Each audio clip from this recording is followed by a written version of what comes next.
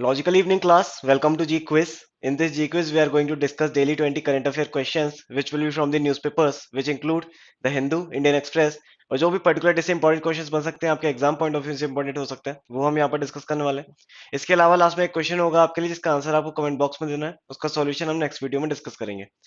Now how can you get 100% benefit of this G quiz? तो इसके लिए एक प्रोसीजर है जो आपको फॉलो करना है। डेली के जो इंपॉर्टेंट टॉपिक्स हैं वो आपको शेयर कर दिए जाते हैं टेलीग्राम ग्रुप पर। टेलीग्राम ग्रुप से आप जुड़ सकते हैं via link in the description. इस तरह के जो टेम्पलेट्स हैं द हिंदू और इंडियन एक्सप्रेस के, वो आपको शेयर कर दिए जाते हैं with the important topics. In topics को आपको पढ़ना है, एनालाइज करना है, उसके बाद ये क्वेश्चंस आपको अटेम्प्ट करने हैं। इन क्वेश्चंस के साथ में जो भी एडिशनल इन्फॉर्मेशन आपको दी जा रही है वो भी आपको नोट डाउन करके रखनी है। ये प्रोसेस यदि आप फॉलो करते हैं then you will get 100% benefit of this G quiz and you will be exam ready. तो चलिए स्टार्ट करते हैं आज के क्वेश्चंस के साथ में। 8th ऑफ जनवरी है आज। 8th ऑफ जनवरी के क्वेश्चंस। पहला क्वेश्चन है, India first mobility focused cluster, first mobility focus cluster is set to be in which state? किस स्टेट में स्टार्ट होने वाला है, सेटअप होने वाला है भारत का पहला मोबिलिटी फोकस क्लस्टर? ऑप्शन है आपके आंध्र प्रदेश, तेलंगाना, तमिलनाडु एंड केरला। जिसका जो करेक्ट आंसर है वो है Telangana. Telangana government recently, Telangana government ने बजट पास किया है जिसमें उन्होंने बताया कि फर्स्ट मोबिलिटी फोकस क्लस्टर जो है वो सेटअप होने वाला है तेलंगाना में। तेलंगाना के बारे में बात करें तो तेलंगाना का फॉर्मेशन हुआ था 2 जून 2014 को। आंध्र प्रदेश से अलग होकर के ये जो स्टेट था वो बना था। आंध्र प्रदेश करंटली जो कैपिटल है तेलंगाना की वो है हैदराबाद, और आंध्र प्रदेश से अलग होकर ये स्टेट बना था। उसने अभी रिसेंटली अपनी कैपिटल अनाउंस की है जो कि विशाखापट्टनम है। ये भी हमने कुछ समय पहले देखा था। इसके अलावा सीएम है यहाँ पर, ये इंटरचेंज हो गया। सीएम है यहाँ के के चंद्रशेखर राव एंड गवर्नर है तमिसलाई सौंदरा राजन। तो ये आपको देखना है, this is governor and this is CM. CM है के चंद्रशेखर राव एंड गवर्नर है तमिसलाई सौंदरा राजन। एम क्या है ये मोबिलिटी क्लस्टर्स ओपन करने का? तो it aims to attract investment of around 50,000 crore in the state. 50,000 crore तक के इन्वेस्टमेंट रेस करने हैं स्टेट में and generate more than 4 lakh jobs. तो ये है इसका major aim mobility cluster setup करने का। अगला क्वेश्चन है, recently which civic body become first to issue green bonds? Green bonds issue करने वाली पहली सिविक बॉडी, पहला नगर निकाय कौन बन गया है? ऑप्शंस हैं आपके भोपाल, इंदौर, ग्वालियर एंड जबलपुर। तो इसका जो करेक्ट आंसर है वो है इंदौर। इंदौर म्युनिसिपल कॉर्पोरेशन बन गया है पहला ऐसा सिटी जिसने ग्रीन बॉन्ड्स इशू किए हैं। इंदौर म्युनिसिपल कॉर्पोरेशन ने ग्रीन बॉन्ड्स इशू करे हैं। किस लिए? It majorly aims to raise 245 crore rupees through the bonds to set up 60 megawatt capacity solar plant. 60 megawatt capacity का एक सोलर प्लांट जो है वो स्टेब्लिश करना है। इसके लिए ग्रीन बॉन्ड इशू किए जाते हैं to raise the fund of 245 crore. ये आपको ध्यान देना है कि पहला ऐसे कौन सा सिविक बॉडी बन गया है जिसने ग्रीन बॉन्ड इशू किए। तो इंदौर म्युनिसिपल कॉर्पोरेशन ऐसी पहली बॉडी बन गई है, पहली सिविक बॉडी बन गई है। अगला क्वेश्चन है, which state is set to establish green hydrogen hub in next 2 years? Green hydrogen hub कहां पर सेटअप होने वाला है? ऑप्शन है आपके तमिलनाडु, उत्तर प्रदेश, केरला एंड मध्य प्रदेश। तो इसका जो करेक्ट आंसर है वो है केरला। रिसेंटली केरला गवर्नमेंट का बजट आया है, उन्होंने ये इस बजट में बताया कि ग्रीन हाइड्रोजन हब्स सेटअप किए जाएंगे केरला स्टेट में विद इन द 2 years। और ये जो बजट है उसमें 200 करोड़ रुपए तक का आउटले इसके लिए प्रोजेक्ट किया गया है। अगला क्वेश्चन है, which university is set to become world's first living heritage university? First living heritage university का टाइटल किसको मिलने वाला है? दुनिया की पहली ऐसी यूनिवर्सिटी है जिसको ये टाइटल मिलने वाला है।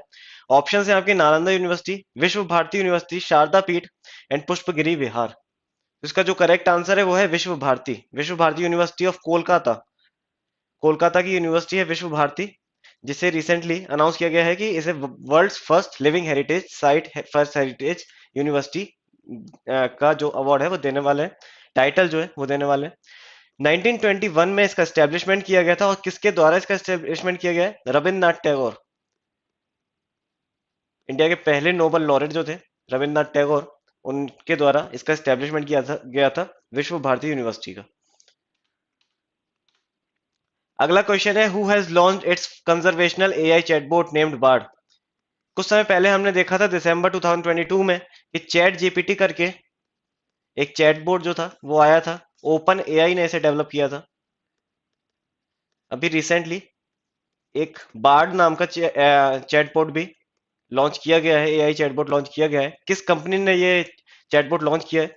ऑप्शंस हैं Amazon, Google, Meta and Apple. तो इसका जो करेक्ट आंसर है वो है गूगल। गूगल ने रिसेंटली लॉन्च किया है conversational AI chatbot named board.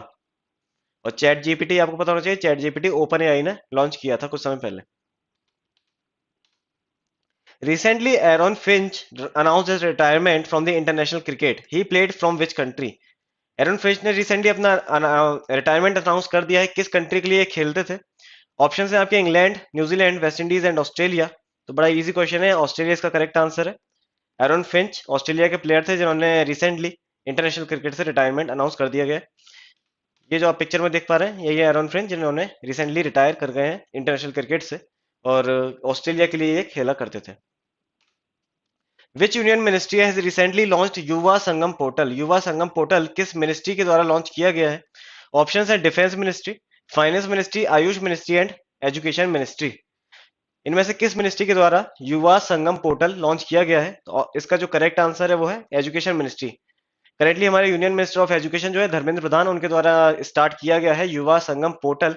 युवा संगम पोर्टल का मेन एम क्या है? तो इसका जो मेन एम है वो है collaboration between the youths of northeastern states, developing empathy and collaboration between youth of northeastern states and other states। ये इसका मेजर एम है, किसके द्वारा इसका इनॉग्रेशन किया गया है, लॉन्च किया गया है? तो धर्मेंद्र प्रधान जो हमारे यूनियन मिनिस्टर है उनके द्वारा ये लॉन्च किया गया है Yuva Sangam portal. Recently which company has unveiled India's first hydrogen combustion engine technology for heavy drug duties, heavy duty trucks? Heavy duty trucks के लिए इंडिया का पहला हाइड्रोजन कंबशन इंजन टेक्नोलॉजी किस कंपनी के द्वारा डेवलप की गई है? ऑप्शन है आपके Reliance, Aditya Birla, Hinduja group and ITC limited. तो इसका जो करेक्ट आंसर है वो रिलायंस ग्रुप। रिलायंस ग्रुप के द्वारा रिसेंटली स्टार्ट किया गया है हाइड्रोजन कंबशन इंजन टेक्नोलॉजी, और ये हैवी ड्यूटी ट्रक्स में यूज की जाएगी। आज हमने मेजर देखा है कि 3 से 4 हमने क्वेश्चन देख लिए हैं जो कि एनवायरमेंटल बेस्ड है। ग्रीन बॉन्ड से रिलेटेड क्वेश्चन था, हाइड्रोजन कंबशन इंजन टेक्नोलॉजी से रिलेटेड थे। तो इस तरह के क्वेश्चंस आपको देखने को मिलेंगे, एनवायरनमेंट से रिलेटेड क्वेश्चंस आपको देखने को मिल सकते हैं एग्जाम में, क्योंकि अभी जो नॉन कन्वेंशनल एनर्जी सोर्सेज हैं उसकी तरफ धीरे धीरे बढ़ रहे हैं। टारगेट्स जो भी है वो भी अचीव करने हैं, इंडिया को 450 गीगावाट तक का जो टारगेट है वो अचीव करना है। इसलिए इससे रिगार्डेड मेनली स्कीम जो है वो आपको ध्यान देना है, मेजर जो इनिशिएटिव्स हैं वही आपको ध्यान देना है। What is the sanctioned strength of supreme court of India? Supreme court of India की मैक्सिमम सैंक्शनड स्ट्रेंथ कितनी है? ऑप्शन है आपके 30, 32, 33 एंड 34। तो इसका जो करेक्ट आंसर है वो है 34। जो सैंक्शन स्ट्रेंथ है सुप्रीम कोर्ट की वो है आपकी 34। और करेंटली 5 जजेस का अपॉइंटमेंट किया गया है। Justice Pankaj Mittal, justice Sanjay Karol, justice PV Sanjay Kumar, justice Hasanuddin Amanullah, justice Manoj Mishra. ये 5 जजेस हैं जो रिसेंटली अपॉइंट कर दिए गए हैं, और करेंटली जो स्ट्रेंथ हो गई सुप्रीम कोर्ट की वो आपकी हो गई है 32। 32 आपकी करंट स्ट्रेंथ है। इसके अलावा यदि हम मैक्सिमम सैंक्शनड स्ट्रेंथ जो है उसके बारे में बात करें तो वो है आपकी 34। और ये आपका 1+33 है। 1 stands for chief justice of India and 33 is other जजेस ऑफ सुप्रीम कोर्ट। तो ये आपको याद रखना है, 34 टोटल स्ट्रेंथ है which includes 33+1। Inaugural edition of women's premier league 2023 will be held in? Women's premier league 2023 कहां पर होने वाली है, किस सिटी में इसका ऑर्गेनाइजेशन होने वाला है? ऑप्शंस है मुंबई, न्यू दिल्ली, हैदराबाद एंड कोलकाता। इसका जो करेक्ट आंसर है वो है मुंबई। मुंबई में आपका वुमेन्स प्रीमियर लीग का जो फर्स्ट एडिशन है वो होने वाला है। किन स्टेडियम्स में होने वाला है? ये Brabourne stadium of Mumbai and DY Patil stadium of Mumbai में ये इवेंट जो है विमेंस प्रीमियर लीग का वो होने वाला है। 4 टू 26 मार्च तक ये इवेंट चलने वाला है। इसके अलावा 22 मैचेस इसमें खेले जाने वाले हैं, ये भी आपको ध्यान रखना है। मुंबई में इसका ऑर्गेनाइजेशन किया जा रहा है, ये आपको मेजरली ध्यान रखना है। अगला क्वेश्चन है विच institution hosted the first meeting of the youth 20 engagement group under India G20 presidency? Youth 20 की एंगेजमेंट ग्रुप की मीटिंग जो है वो कहां पर होने वाली है, किस कौन सा इंस्टीट्यूशन इसको होस्ट करने वाला है? ऑप्शन है IIT Madras, IIT Delhi, IIT Bombay and IIT Guwahati. तो इसका जो करेक्ट आंसर है वो IIT Guwahati. Youth day, national youth day जब आया था 12 जनवरी को, उस दिन भी हमने ये डिस्कस किया था उसी दिन ये लॉन्च किया, ये बताया गया था कि Y20 की जो समिट है G20 प्रेसिडेंसी के अंदर, तो वो आपकी गुवाहाटी में होने वाली है। 12 जनवरी की हम बात करें तो नेशनल यूथ डे इस दिन मनाया जाता है। स्वामी विवेकानंद की बर्थ एनिवर्सरी की याद में ये डे मनाया जाता है। इस साल की थीम की बात करें तो विकसित युवा, विकसित भारत, ये इस साल की नेशनल यूथ डे की थीम थी। ये भी आपको बताया गया था उस समय। और ये आपको याद रखना है कि Y20 की समिट जो है वो कहां पर की गई है, किस इंस्टीट्यूट में की गई है। IIT गुवाहाटी में ये होस्ट की गई है। BKS Verma recently passed away.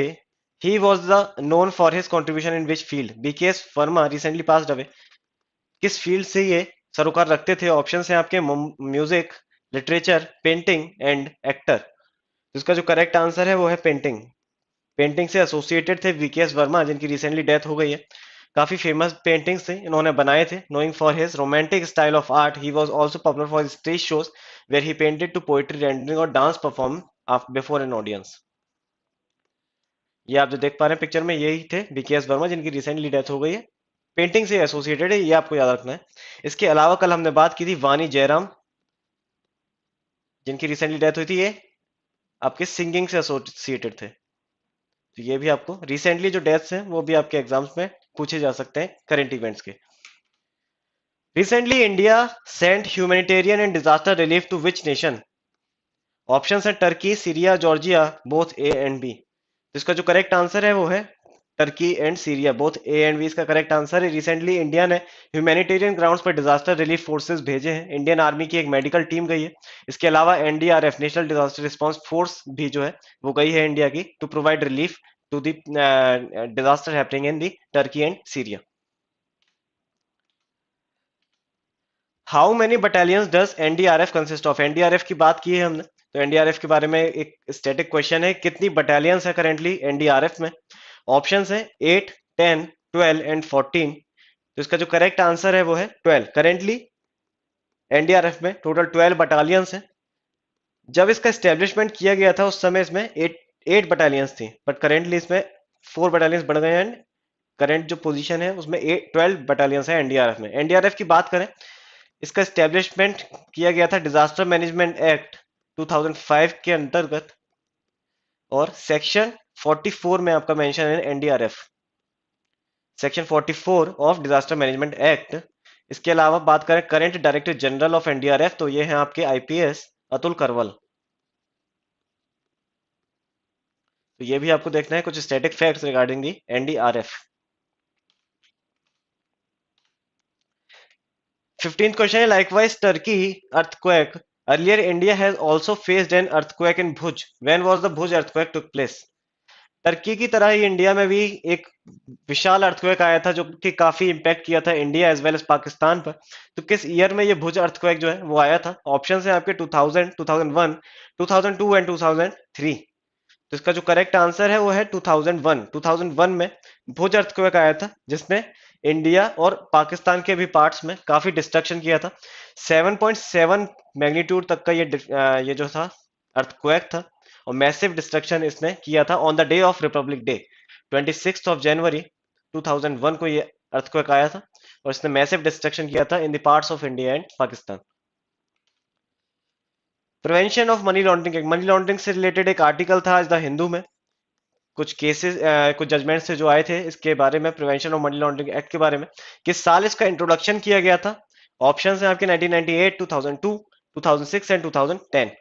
तो इसका जो करेक्ट आंसर है वो है 2002। 2002 में prevention of money laundering act introduce किया गया था। Prevention of money laundering act is an act of the parliament enacted by the NDA government, Atal Bihari Vajpayee की उस समय गवर्नमेंट थी, एनडीए गवर्नमेंट थी, to prevent money laundering and to provide for the confiscation of property derived from money laundering. Money laundering को prevent करने के लिए ये एक्ट लाया गया था। 2002 में एनडीए गवर्नमेंट ने ये एक्ट लाया था, ये आपको ध्यान रखना है। अगला क्वेश्चन है, recently who has received Hurun India's award 2022? Hurun India's award 2022 recently किसे अवार्ड किया गया है? ऑप्शन है मनमोहन सिंह, अक्षय काव्या, वीपी नंद कुमार एंड की केस। तो इसका जो करेक्ट आंसर है वो है वीपी नंद कुमार। वीपी नंद कुमार को रिसेंटली अवार्ड किया गया है हुरून इंडिया अवार्ड 2022। किस लिए ये अवार्ड दिया जाता है? ये जो अवार्ड है, जो भी पर्सन है, any person who has done something in the business, world business के, ग्लोबल बिजनेस के लेवल पर किसी पर्सन ने कुछ अचीव किया है, उसको ये अवार्ड दिया जाता है। तो वीपी नंद कुमार को रिसेंटली ये अवार्ड दिया गया है for his remarkable achievements in the world of business. ये जो आप पिक्चर में देख पा रहे हैं, ये है VP Nand Kumar. MD and CEO हैं ये मन्नपुरम फाइनेंस लिमिटेड के। ये भी आपको देखना है, मन्नपुरम फाइनेंस लिमिटेड के एमडी एंड सीईओ हैं वीपी नंद कुमार, जिन्हें recently Hurun India's award 2022 award किया गया है for his remarkable achievements in world of business. Recently, who has announced Global Climate Resilience Fund of $50 million for women? Global climate resistance fund of $50 million किसके द्वारा announce किया गया है? Option है आपके Joe Biden, Barack Obama, Donald Trump and Hillary Clinton. तो इसका जो करेक्ट आंसर है वो है हिलेरी क्लिंटन। हिलेरी क्लिंटन ने रिसेंटली हिलेरी क्लिंटन जो है यूएस सेक्रेटरी रह चुके हैं, ये फॉर्मर यूएस सेक्रेटरी। ये अभी रिसेंटली इंडिया के विजिट पर है, तो गुजरात में इन्होंने ये बात कही थी कि ग्लोबल रेजिलियंस फंड एक अनाउंस किया था इन्होंने फॉर विमेन ऑफ $50 million। क्यों ये फंड जो है वो अनाउंस किया गया था? तो इसका जो मेन एम है to provide women that strength to fight against the climate change. Women भी अपने एक जो है रोल प्ले कर सके in to fight against the climate change. इसके लिए ये फंड जो है वो अनाउंस किया गया है और $50 million। ये आपको याद रखना है, हिलेरी क्लिंटन के द्वारा ये अवार्ड अनाउंस किया गया है। ये जो फंड है वो अनाउंस किया गया है, ग्लोबल क्लाइमेट रेजिलियंस फंड। अगला क्वेश्चन है, first G20 working group meeting has been organised in which state? किस स्टेट में फर्स्ट G20 वर्किंग ग्रुप की जो मीटिंग है वो ऑर्गेनाइज की गई है? ऑप्शन है आपके मध्य प्रदेश, गुजरात, उत्तर प्रदेश एंड महाराष्ट्र। तो इसका जो करेक्ट आंसर है वो है गुजरात। गुजरात में रिसेंटली G20 की पहली ग्रुप मीटिंग जो है वो ऑर्गेनाइज की गई है। G20 के बारे में बात करें, G20 की प्रेसिडेंसी लास्ट ईयर जो थी वो आपकी थी इंडोनेशिया के पास में। इस साल ये है भारत के पास में, और अगले साल ये ब्राजील के पास में G20 की प्रेसिडेंटशिप होने वाली है 2022, 2023 एंड 2024। और इस ट्रायो को मिलके ट्रोइका के नाम दिया गया है, जो कि आप पढ़ते रहते हैं। ट्रोइका एक ग्रुप है जो कि कंसेक्यूटिव प्रेसिडेंसी जो होती है उनको इंक्लूड इसमें किया जाता है। 2022 में इसमें इंडोनेशिया था, 2023 में इंडिया है एंड 2024 में ब्राजील इसकी प्रेसिडेंसी रखने वाला है G20 ग्रुप की। अगला क्वेश्चन है, recently which country became the full member of international solar alliance? International solar alliance का फुल मेंबर रिसेंटली कौन सी कंट्री बन गई है? ऑप्शन है Argentina, Ecuador, Peru and Brazil. तो इसका जो करेक्ट आंसर है वो है Brazil. Brazil recently full member बन गया है इंटरनेशनल सोलर अलायंस का। इससे पहले कुछ दिन हमने पहले देखा था कि रिपब्लिक ऑफ कॉन्गो जो है उसने भी एक जो सिग्नेटरी फ्रेमवर्क है उसे साइन किया था आईएसए का मेंबर बनने के लिए। तो अभी आपको ये याद रखना है कि इंडिया ने किसको वेलकम किया था अभी रिसेंटली? तो कॉन्गो को इंडिया ने वेलकम किया था एज अ सिग्नेटरी फ्रेमवर्क। और साथ में ही ब्राजील जो है वो फुल टाइम मेंबर बन गया है, फुल मेंबर बन गया है इंटरनेशनल सोलर अलायंस का। इंटरनेशनल सोलर अलायंस के बारे में बात करें तो इसका हेडक्वार्टर गुरुग्राम में, ये भी आपको पता होना चाहिए। कल का क्वेश्चन था, under fame scheme which state top the list of selling maximum electric vehicles? इसका जो करेक्ट आंसर था वो था महाराष्ट्र। महाराष्ट्र ने टॉप किया था in selling maximum electric vehicles under the fame scheme.